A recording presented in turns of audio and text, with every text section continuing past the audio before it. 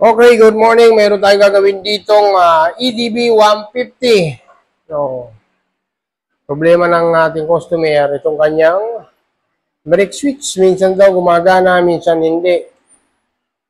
Okay, tapos itong mga kanilang mga switch dito sa naglo-lost contact. So, pag ganito po senaryo, pinakamagandang panglinis po natin dito, pabili po tayo ng contact cleaner. Contact cleaner. Yan po. Sa mga terminal po yan ng electronic parts ng ating motor. Dito naman, ginagawa rito, una, linisan.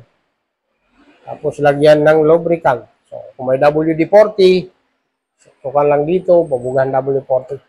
Para po maiwasan ng pagkakaroon ng corrosion, ito po ay kakaroon ng corrosion. At possible, mag-stack up. Yan po ang isang kaya kung minsan, papansin po natin ang ating brake light o tail light ay laging naka-high. Kasi kung minsan ito, hindi agad bumabalik. Pag pinipisil mo, matagal po bumalik ang kanyang repair kit sa kanyang master.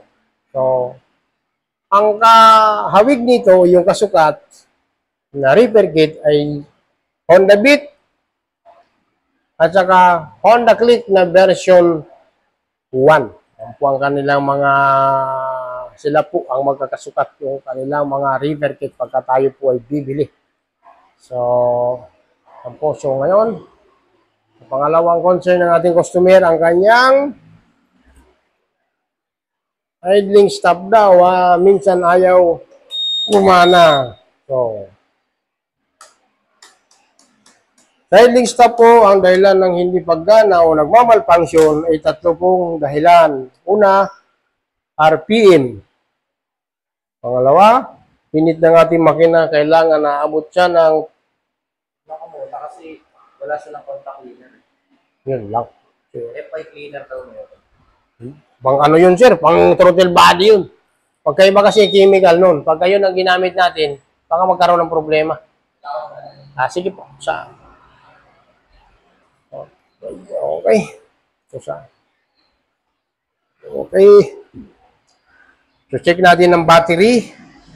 Kagaya sinabi, condition ng battery dapat 100%.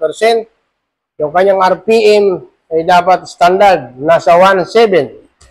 At yung init ng makina dapat po ay abot ng 90 degrees. Saka po gagana ang ating idling stop. So, check natin ang kanyang battery. Okay, tingnan natin ang kanyang battery.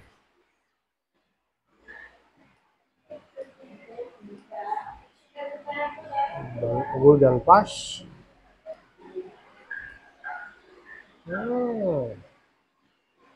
89% ang kanyang charging system.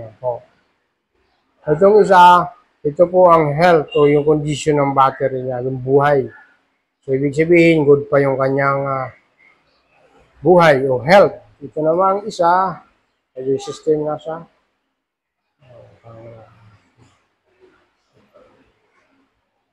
Bago-bago. So, ibig sabihin, sa natin i-reset at tingnan natin kung magiging ayos.